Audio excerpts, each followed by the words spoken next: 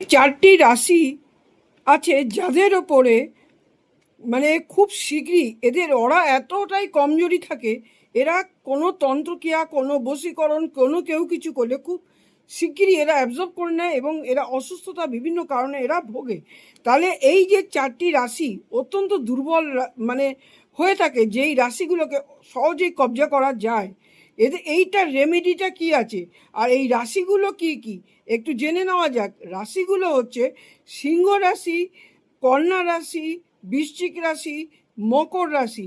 এই রাশিগুলো যে কোনো সময় কেউ ধরুন রাস্তা দিয়ে যাচ্ছে, কেউ কিছু টোনা টোটকা বশীকরণ কিছু করে রাস্তায় রেখেছে, সেই রাস্তা দিয়ে যাচ্ছে, সেই রাস্তা দিয়ে যাওয়ার সময় এরা সেটাতে আকর্ষিত হয়ে যায়, আকর্ষণ হয়ে যায় শরীরের মধ্যে এবং তারা অসুস্থ হয়ে যেতে পারে এবং হয়ে যায়। ওরা অত্যন্ত শক্তিশালী হয় না, খুব কম শক্তিশালী হয়ে থাকে।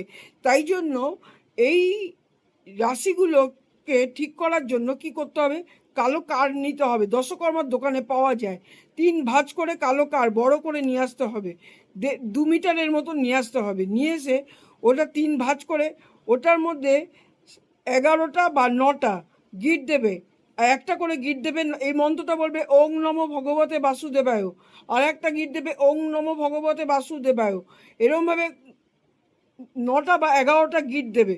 দেওয়ার পরে মেয়েরা আর পুরুষরা কি করবে, ডান হাতে পড়বে, উভয়ই ডান হাতে পড়বে, কেউ মহিলারা বাঁ হাতে পড়বে না, এটা ডান হাতে পড়বে।